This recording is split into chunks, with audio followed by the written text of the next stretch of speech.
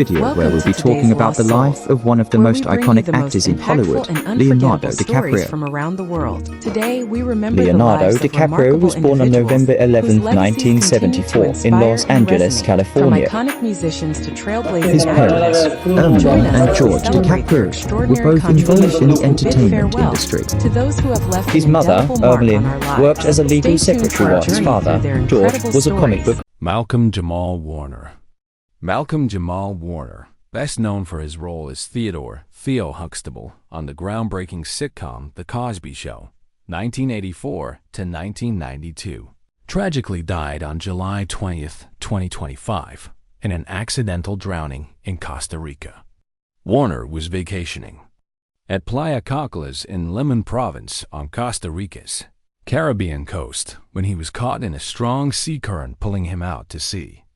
Despite the efforts of bystanders, surfers, and lifeguards who attempted to rescue him and administer CPR for about 45 minutes, he was pronounced dead at the scene by the Costa Rican Red Cross.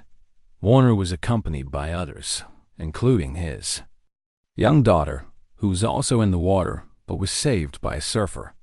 Born on August 18, 1970, in Jersey City, New Jersey, Warner was named after Malcolm X and jazz pianist Ahmad Jamal. He moved to Los Angeles at age 5 and began acting professionally as a child. His role as Theo Huxtable earned him an Emmy nomination for Outstanding Supporting Actor in a Comedy Series in 1986 and made him a household name, as his portrayal helped reshape cultural views about black middle-class families in America and globally. Warner described The Cosby Show as a culturally impactful and validating experience for black audiences. Beyond The Cosby Show, Warner had a prolific career, starring in series such as Malcolm and Eddie, 1996 to 2000, Read Between the Lines, 2011 to 2015, and The Resident 20182-023.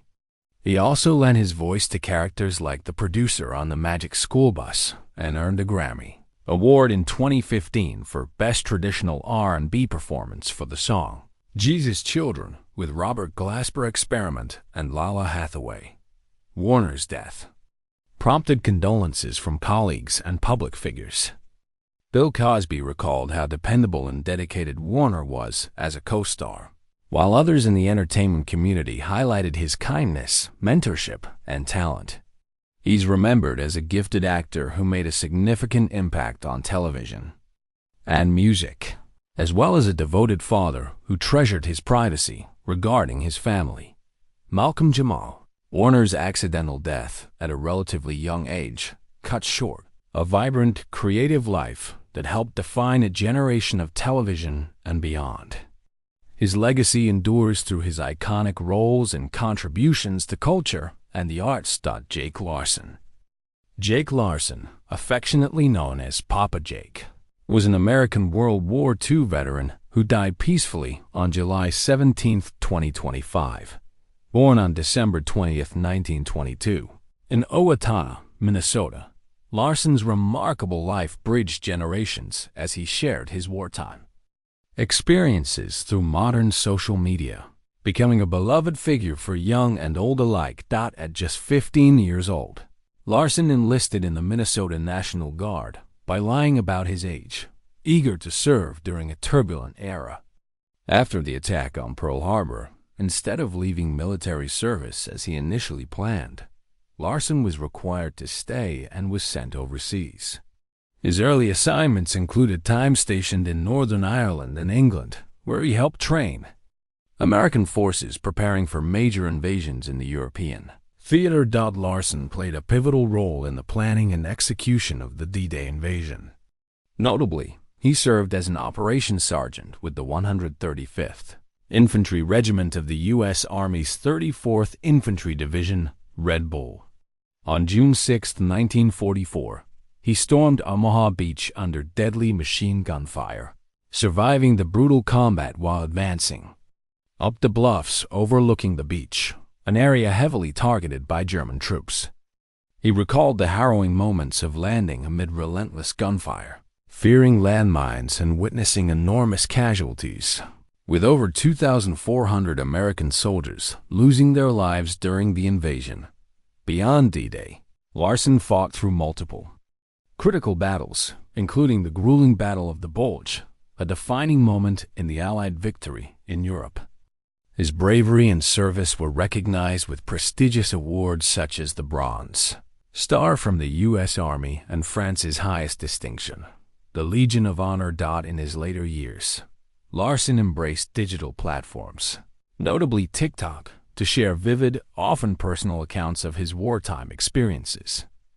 His storytelling captivated millions, offering a direct, emotional connection to historical events. As Papa Jake, he became a viral sensation, proud to educate and engage new generations about the sacrifices made to secure freedom. In 2025, he earned an Emmy Award as part of an interview commemorating the 80th anniversary of D-Day, highlighting his role as a custodian of memory. Larson's personal reflections emphasize gratitude for life and a deep responsibility to honor fallen comrades. He was a family man with 9 grandchildren and 11 great-grandchildren, whose social media efforts helped preserve the legacy of World War II veterans.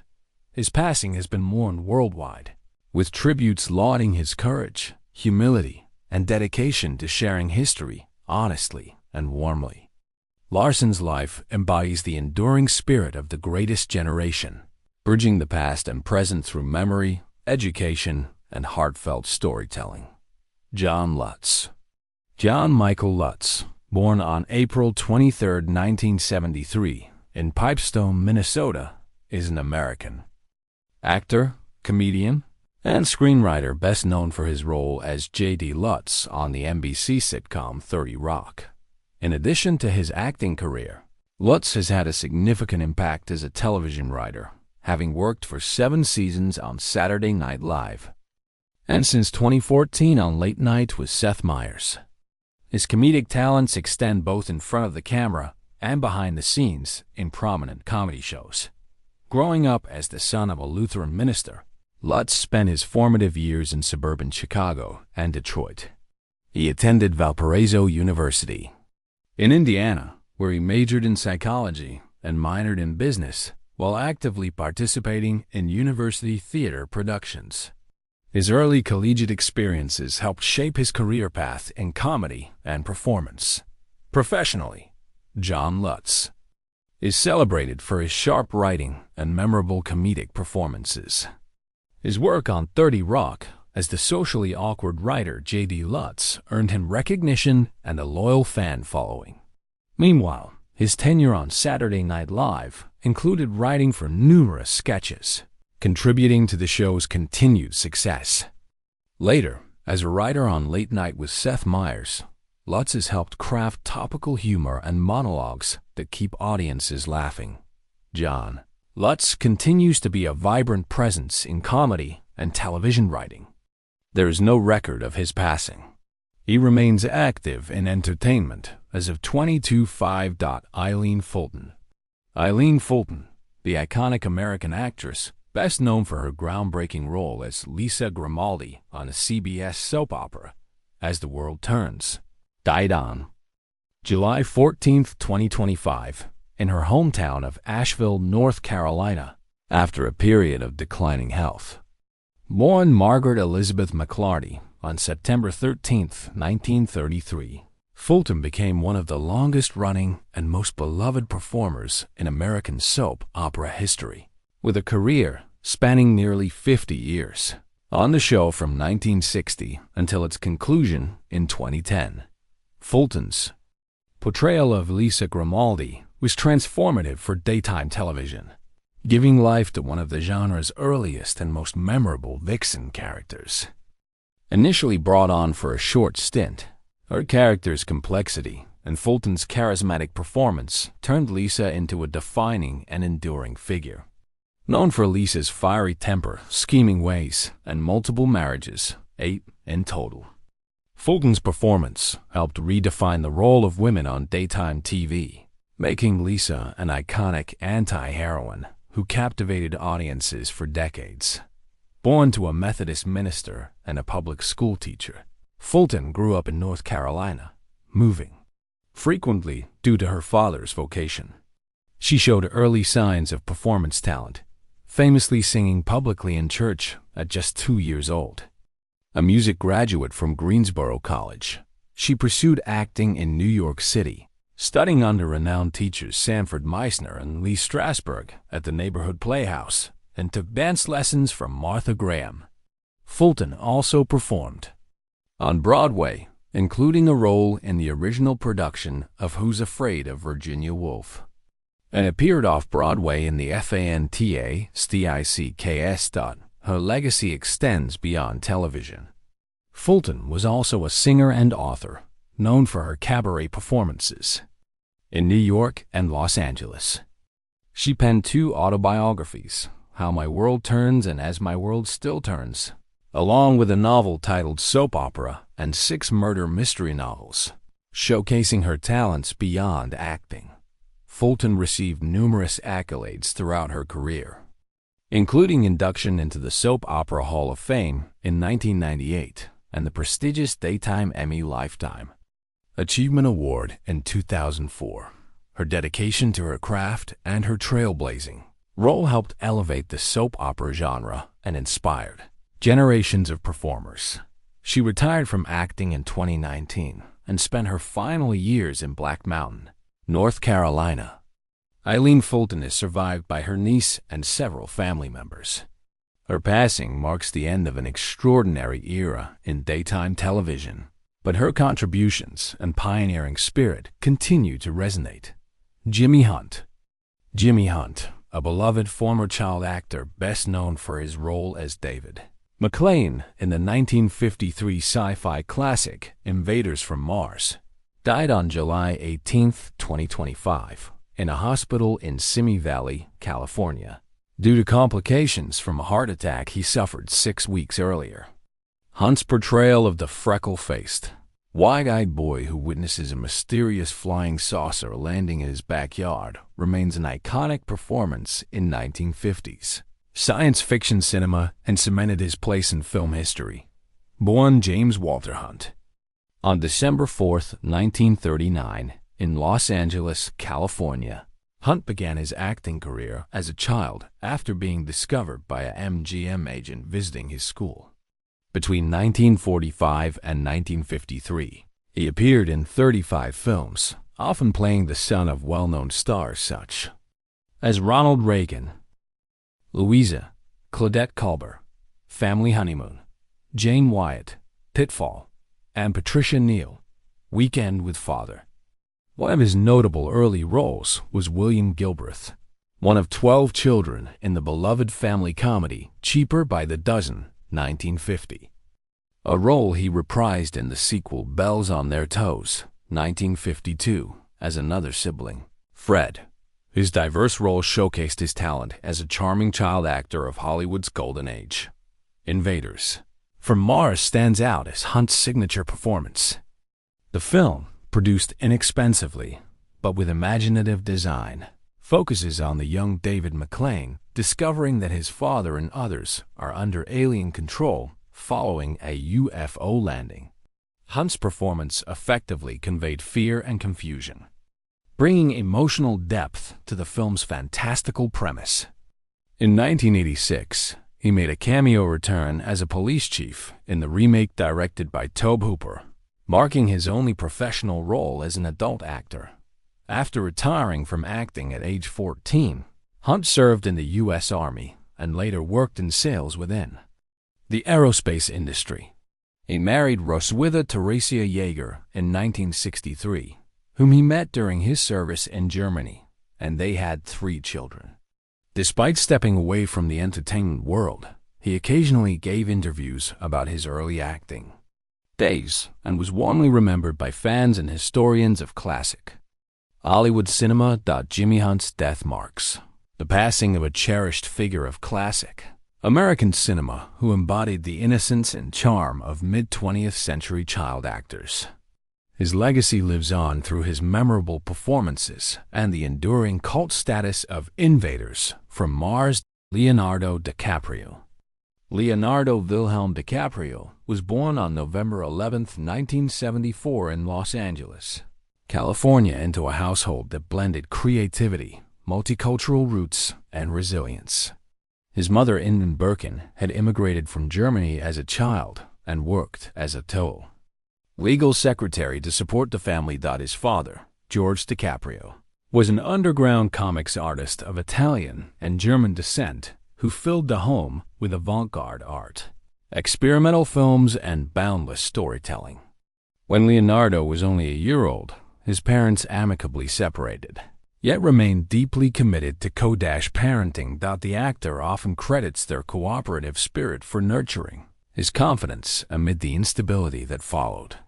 Childhood was split between two markedly different Los Angeles neighborhoods: the modest roughaged blocks of Echo Park and the more serene surroundings of his elementary school in West Los Angeles. This duality exposed him early to the harsh realities of urban life, crime, addiction, and economic disparity, while also offering glimpses of opportunity and ambition that Hollywood symbolized in the distance. From the outset, young Leonardo exhibited a precocious curiosity and a natural flair for mimicry. Family anecdotes recount him staging impromptu performances in the living room, imitating television characters with uncanny precision and delighting relatives at gatherings. Encouraged by his father, he auditioned for educational programs at age 5, landing a small part on the children's series Romper Room. Though his exuberance briefly overshadowed set discipline, the experience planted a seed. Acting was a conduit for channeling his restless energy. By 9, DiCaprio was regularly attending auditions, often competing with hundreds of other hopefuls. The process was grueling. Dozens of rejections for every call back, but each no-steeled his resolve. Commercials became his gateway. Chewing gum, cereal, Matchbox cars. These 30-con bursts taught him camera awareness, timing, and professionalism, long before most children his age grasped such concepts. Academically, DiCaprio's journey was unorthodox. He attended the Los Angeles Center for Enriched Studies and later John Marshall High School. Yet, frequent auditions meant juggling assignments on set trailers and catching up during late nights. He found traditional classrooms stifling, preferring instead the kinetic learning environment of film sets. Still, he absorbed lessons from everywhere. Scripts expanded his vocabulary. On-set tutors deepened his appreciation for literature, and his father's commentary on environmental issues sparked an early environmental consciousness that would later define his activism. Emotionally, resilience became a necessity. Navigating a post-divorce family structure required adaptability. Weekdays might involve staying with his mother in a cramped apartment near Hollywood Boulevard, while weekends could be spent roaming bookshops with his father exploring counterculture comics and eco-philosophy lectures. Financial constraints meant acting was more than a hobby. It was a potential lifeline. DiCaprio recalls witnessing friends succumb to gang pressures and substance abuse, experiences that fueled his hunger for a different trajectory and planted an enduring empathy for marginalized communities he would later champion through philanthropy. By his early teens, DiCaprio's tenacity translated into guest spots on popular television shows such as Growing Pains, The New Lassie, and Parenthood. Each role, though brief, offered lessons in collaboration with seasoned actors and insight into the mechanics of sitcom production, lightning-quick rewrites, live audience feedback, and the necessity of comic timing. Casting directors noticed his blend of youthful vulnerability and mature composure, traits that soon positioned him for more substantial opportunities. Yet beneath the budding career lay a teenager grappling with normal adolescent insecurities, awkward growth spurts, the desire to fit in, and the weight of carrying family aspirations on narrow shoulders. As DiCaprio approached his 16th birthday, he stood at the precipice of transition. poised to leap from Kid Next Door commercials to roles demanding emotional depth. The foundation laid during these formative years: parental support, street-level grit, early professional discipline, and an intrinsic sense of purpose would become the bedrock upon which an extraordinary career would rise. Leonardo DiCaprio's leap from promising TV youth to serious film actor began with a 1-2 punch of early 1990s performances that immediately signaled depth beyond his age. First came This Boy's Life, 1993, where he held his own opposite, Robert De Niro, as the abused yet defiant teen Toby Wolf. Casting director Ellen Lewis pushed hard for him. His audition reportedly stunned the room with raw emotional volatility. The role demanded rage, tenderness, and survival instinct, and critics noticed. It was the first clear public indication that DiCaprio could go toe-to-toe with elite talent and emerge unforgettable. That impression exploded a year later in What's Eating Gilbert Grape, 1993, film before This Boy's Life was released, but reaching audiences after.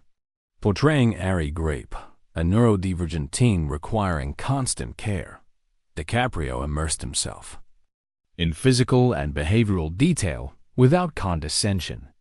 His work earned him his first Academy Award and Golden Globe nominations for Best Supporting Actor at just 19. Industry insiders now viewed him not as a teen idol in waiting, but as a serious dramatic performer capable of transformational roles, an identity that would anchor his career even when global superstardom later threatened to overshadow the craft. After brief genre swings, including the suspense thriller The Quick and the Dead and the gritty addiction drama The Basketball Diaries, 1995, DiCaprio's profile rose among younger audiences through Baz Luhrmann's stylized Romeo Peace Juliet, 1996.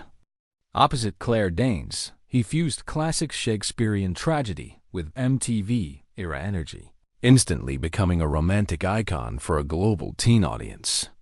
The film's kinetic editing, pop soundtrack, and Verona Beach aesthetic made a mid-90s cultural marker, and DiCaprio's aching sincerity in the balcony and tomb scene cemented him as both heartthrob and actor.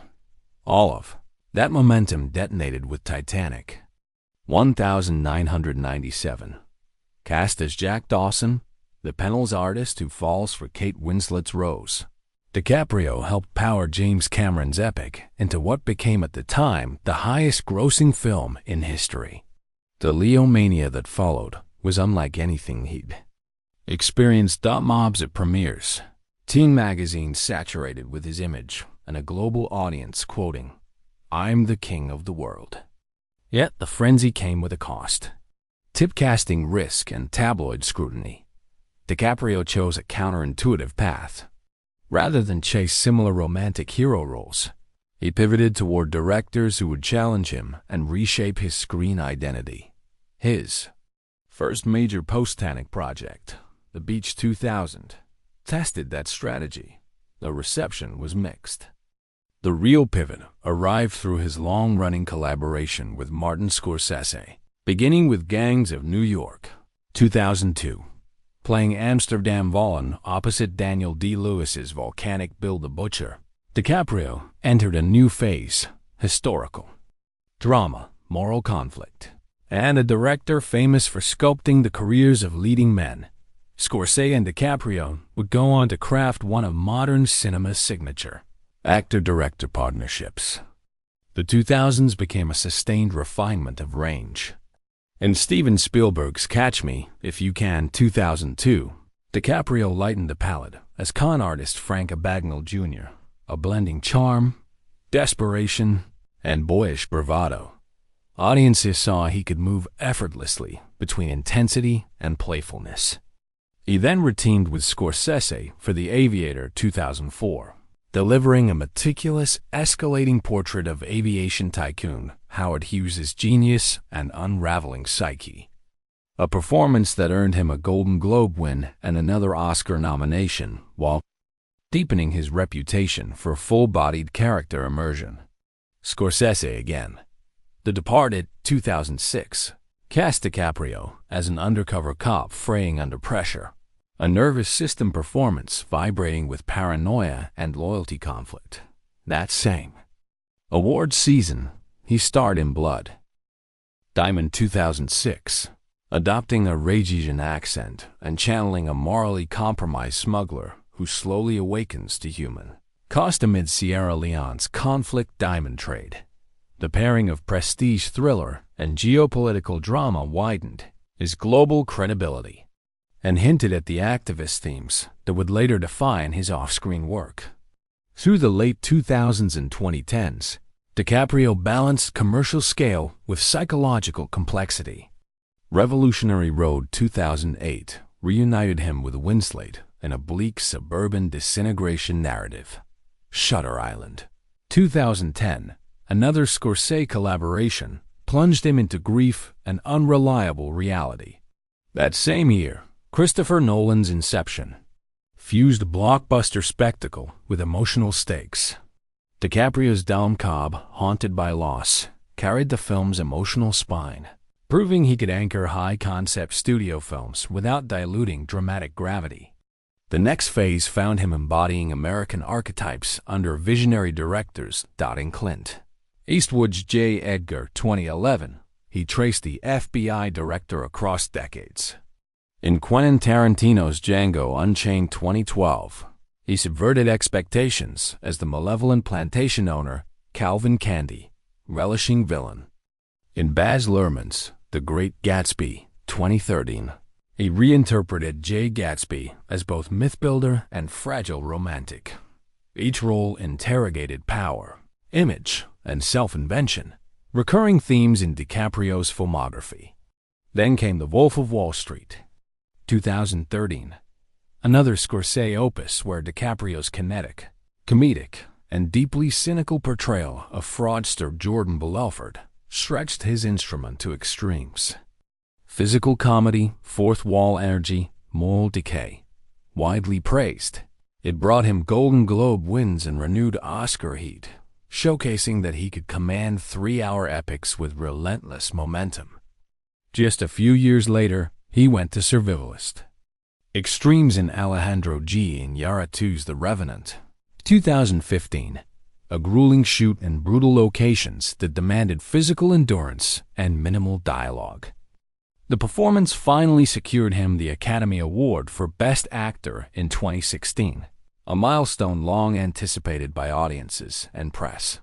DiCaprio's post-Oscar career has been selective. In Quentin Tarantino's Once Upon a Time in Hollywood 2019, he delivered one of his most layered performances as aging TV star Rick Dalton. Funny, insecure, proud, fading, yet clinging to relevance in late 1960s Los Angeles. The Lancer set breakdown scene and the trailer self-repanned became instant fan favorites, illustrating DiCaprio's willingness to lampoon vanity while honoring working actor Kraft Dodd. He followed with Adam McKay's climate satire, Don't Look Up, 2021, playing an anxious astronomer trying to warn the world of an extinction-level event, a project that directly aligned with his real-life environmental advocacy. Most recently, DiCaprio reunited with Scorsese for Killers of the Flower Moon, 2023, adapting David Grann's non-fiction account of the murders of wealthy Osage people in 1920s Oklahoma. His turn as Ernest Burkhart, torn between complicity and love, was morally murky and emotionally uncomfortable, underscoring his continued appetite for ethically challenging material well into the mature phase of his career. The film reaffirmed the Scorsese-DiCaprio partnership as one of contemporary cinema's most enduring creative engines. Across 3 decades, Leonardo DiCaprio has avoided stagnation by constantly rebalancing scale, challenge, and collaboration. He works repeatedly with Scorsese, Tarantino, Nolan, Iñárritu, McKay while choosing roles that explore ambition, delusion, trauma, and systems of power. He has moved from prodigy to phenomenon to craftsman producer, helping shepherd complex projects into being through Way, his production company. The through line is commitment. Each major performance shows preparation that extends beyond dialogue. Physicality, dialect, research, and psychological layering that invite audiences to look past celebrity and engage with character.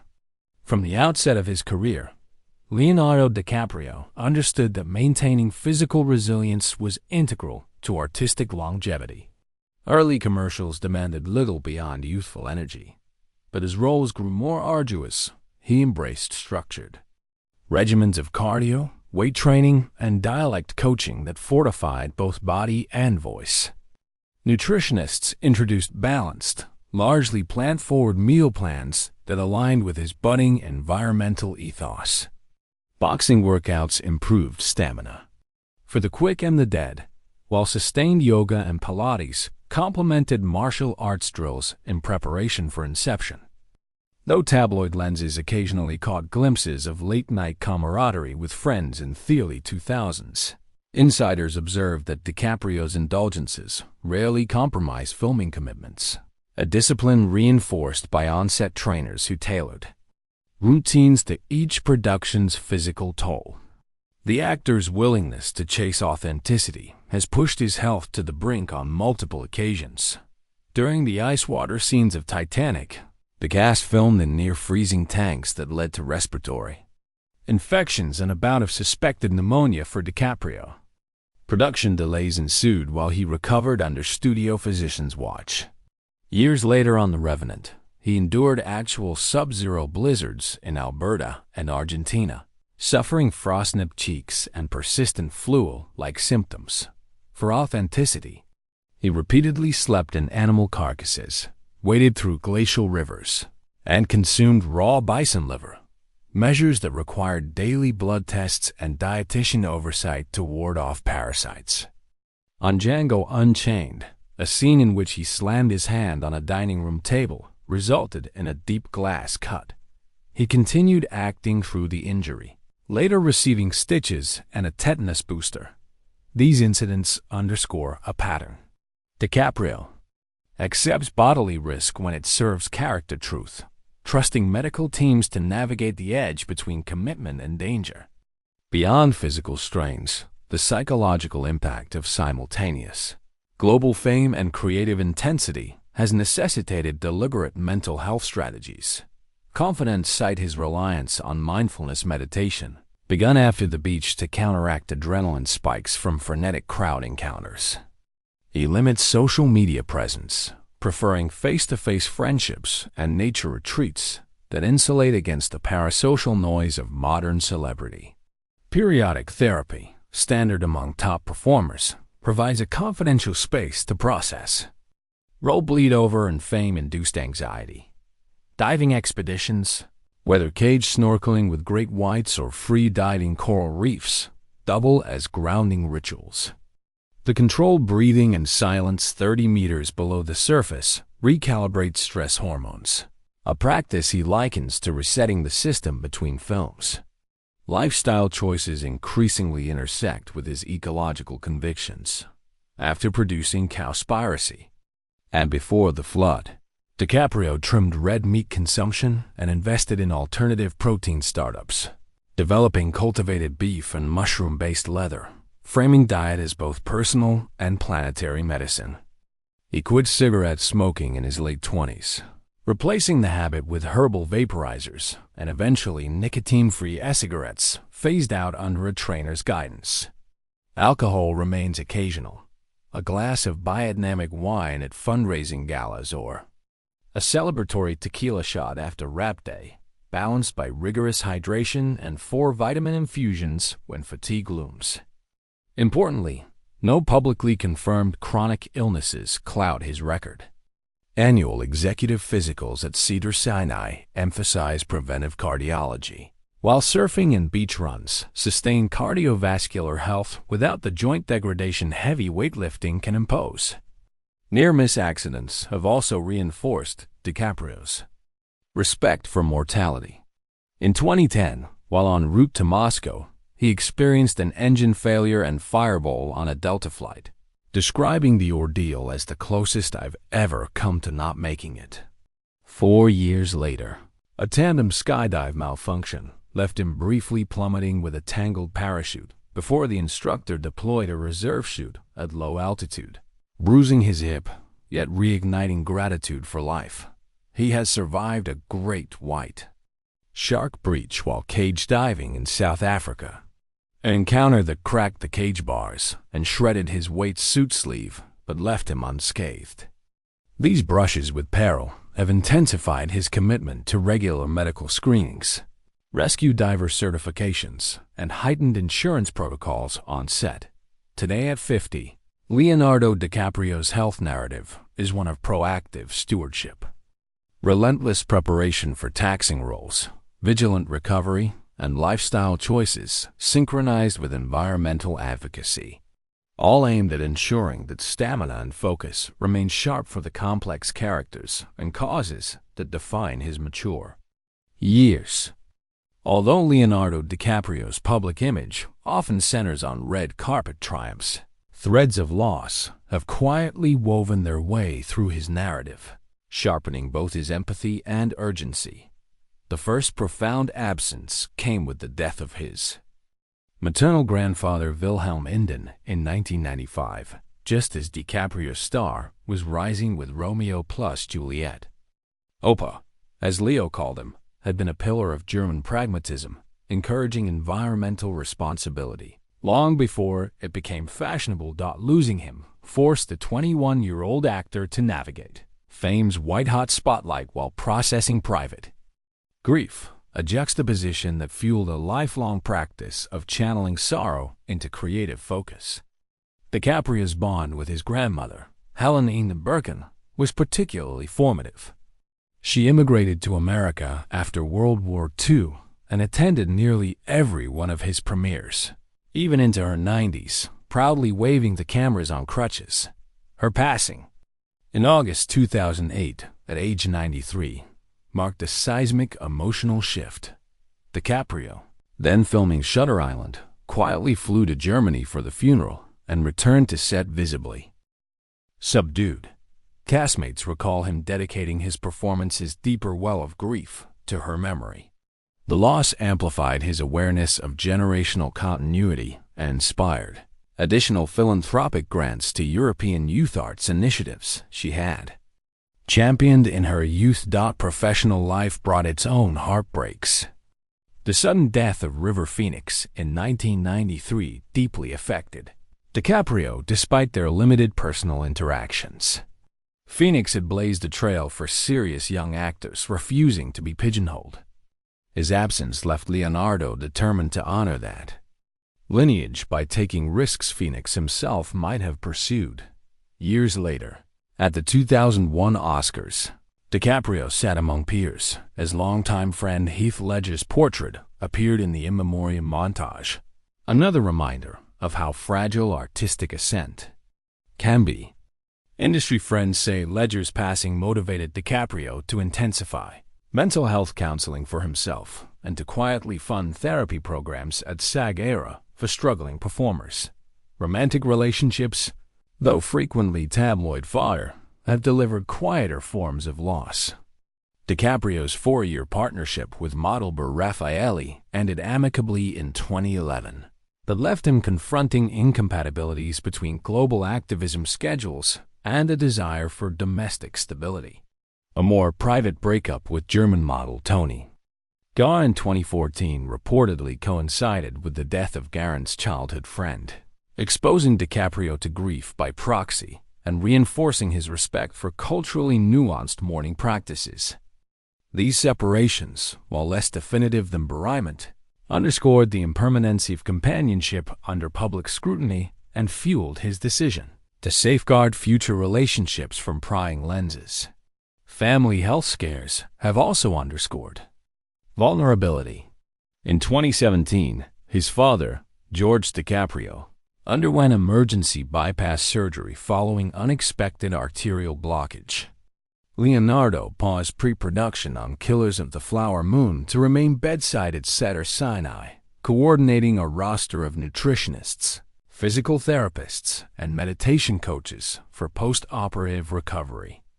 The ordeal revitalized Father's closeness and spurred Leonardo to donate $5 million to the American Heart Association for community heart health programs. Likewise, watching his mother manage osteoporosis prompted him to invest in biotech startups researching plant-derived calcium supplements, merging familial concern with venture philanthropy. Beyond kinship, DiCaprio has mourned environmental devastation as a different species of loss. Extinction events, disappearing glaciers, coral bleaching. Witnessing the Great Barrier Reef's deterioration during documentary shoots triggered what he publicly described as existential sadness. Friends report that after filming before the flood, he took a month-long hiatus on a remote Indonesian island, journaling about mourning places, not people, and emerging resolute to push the Paris Climate Accord message harder on world stages.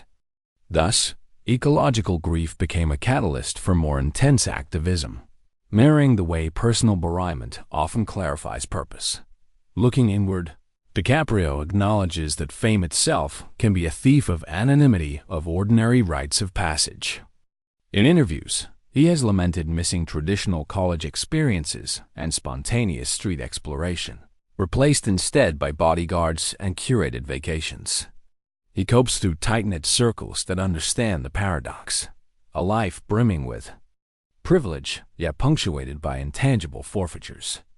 At times, the actor has grieved friendships that faded under unequal pressures, including childhood buddies who struggled with addiction while he soared professionally. He quietly funded rehab stints and sober living scholarships.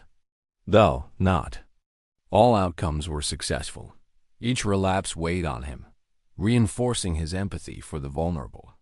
A compassion visible in the charitable arms of the Leonardo DiCaprio Foundation. Collectively, these personal and proximal losses have tempered the actor's worldview, blending urgency with introspection. Grief has not stalled his momentum. Rather, it has sculpted a maturity that informs role selection, philanthropic focus, and the guarded humility with which he navigates accolades. DiCaprio channels sorrow into sustaining art that interrogates, moral complexity and activism that confronts. Planetary precarity. Each farewell, family, friend, ecosystem echoes through the stories he chooses to tell and the futures he strives to protect.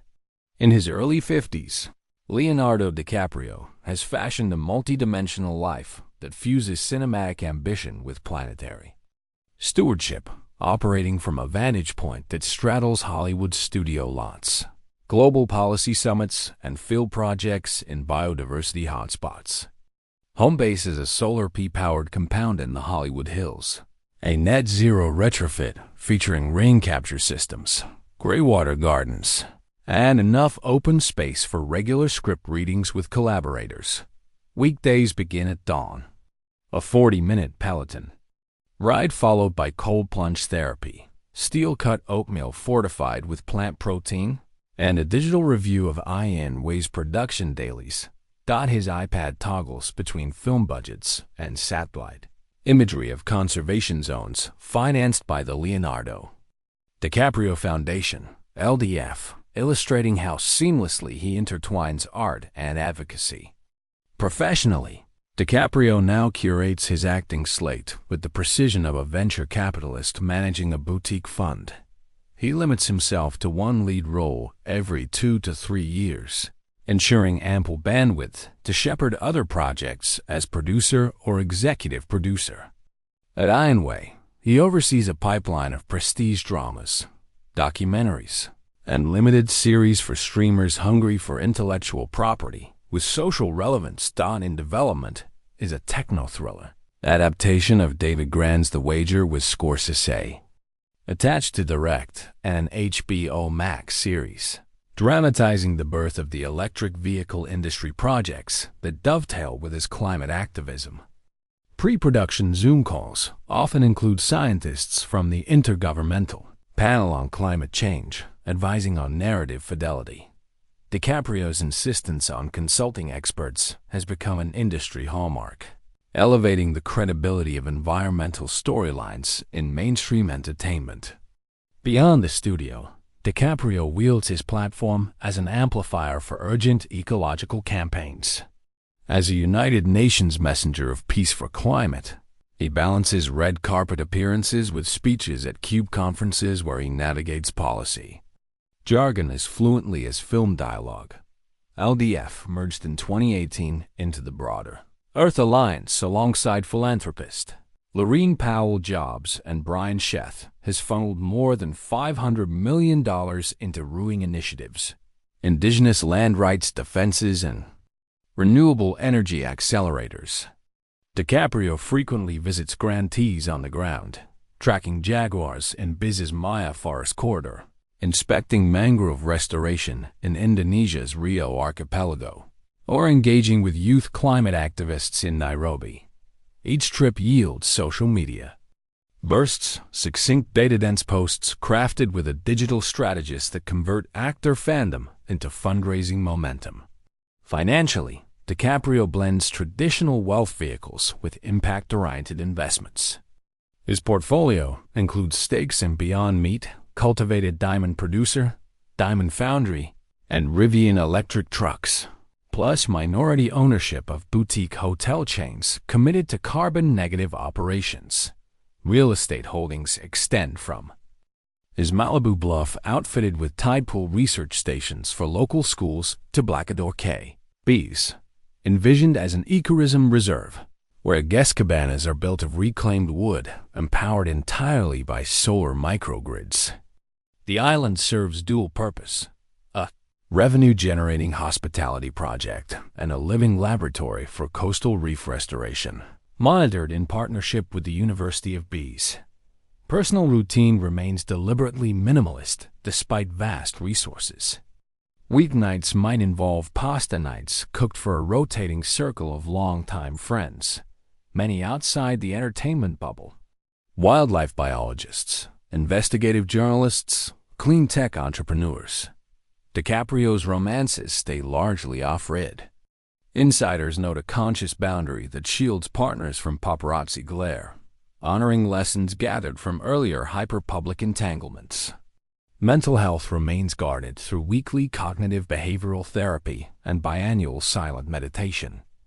Retreats in Big Sue devices surrendered meals vegan. The practice helps him recalibrate after immersion in characters like Ernest Burkhardt or Rick Dalton roles that demand psychological descent and measured reemergence.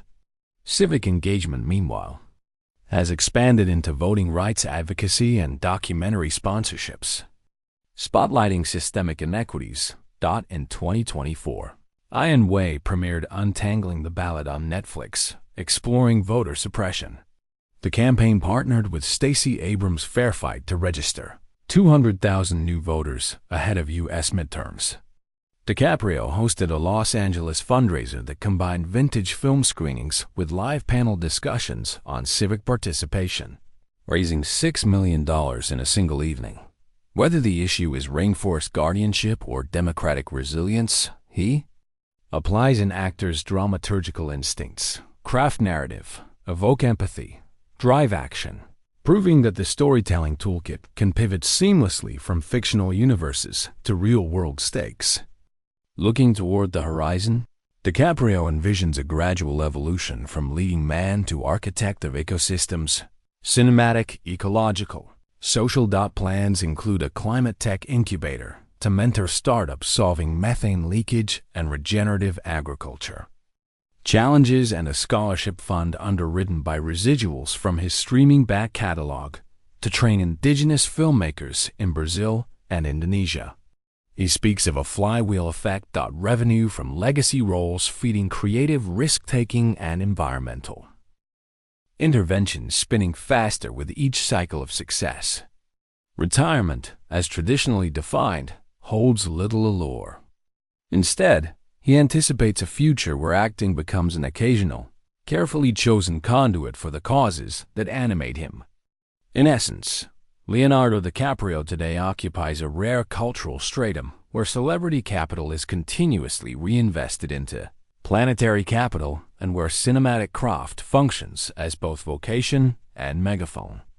He has traded the breakneck sprint of constant film output for a marathon of intentional impact, measuring success not merely in box office tallies or awards, but in hectares reforested, emissions averted, and minds changed. As he often tells graduating classes during surprise commencement visits, your greatest role is the one you play off camera.